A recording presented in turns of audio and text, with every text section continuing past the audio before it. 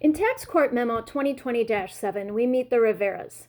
Now, the Riveras have a substantiation issue, but upon closer review, it sounds like they have more of a preparer issue. So, Wilfredo and Maria Rivera are California residents in the year at issue. Actually, the years at issue, 2013 and 2014.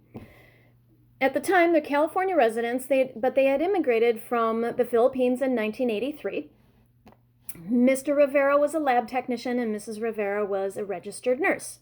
They both admittedly did not have any training in taxes or accounting, which makes sense because they have full-time jobs as well as they have a side gig, where they actually have two side gigs. They have a partnership that they run together called Jet Travel International. It's a travel agency where they go out and buy travel vouchers on their Amex card and turn around and sell it to their customers.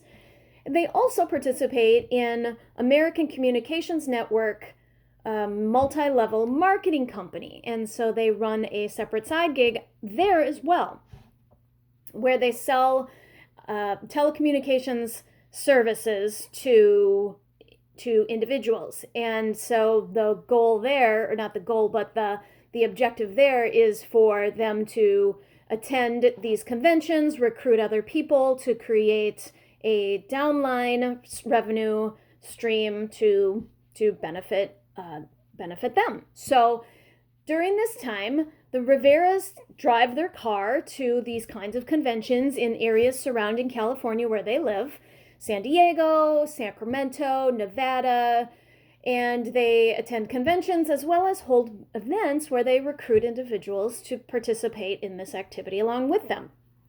Now, since these individuals are clearly busy, they got a lot going on, and they've already admitted that they're not tax people, they, at the advice of one of Mr. Roosevelt's co-workers, decide to hire somebody to help them. And they go with Mr. Roosevelt L. Drummer to help them prepare their tax returns.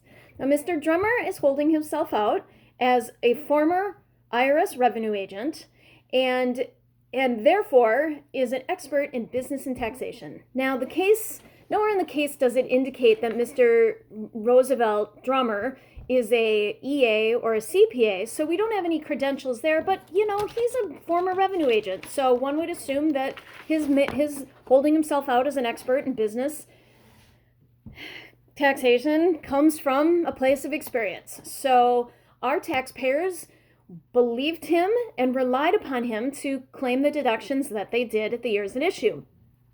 So in 13 and 14, actually they started working with him in 2010 and they must have liked him, so they stayed with him because in 13 and 14 they came under audit. And Mr.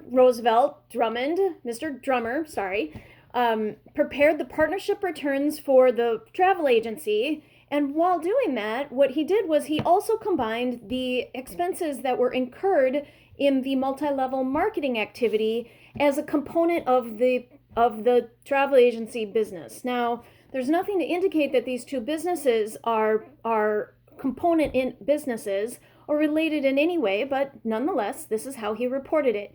In addition, Mr. Drummer gave Mr. and Mrs. Rivera the advice that they should breathe life into an S corporation for their daughter, or their daughter should breathe life into an S corporation, and then their travel agency company can pay the S corp, and then the S corp can turn around and pay their daughter's college tuition.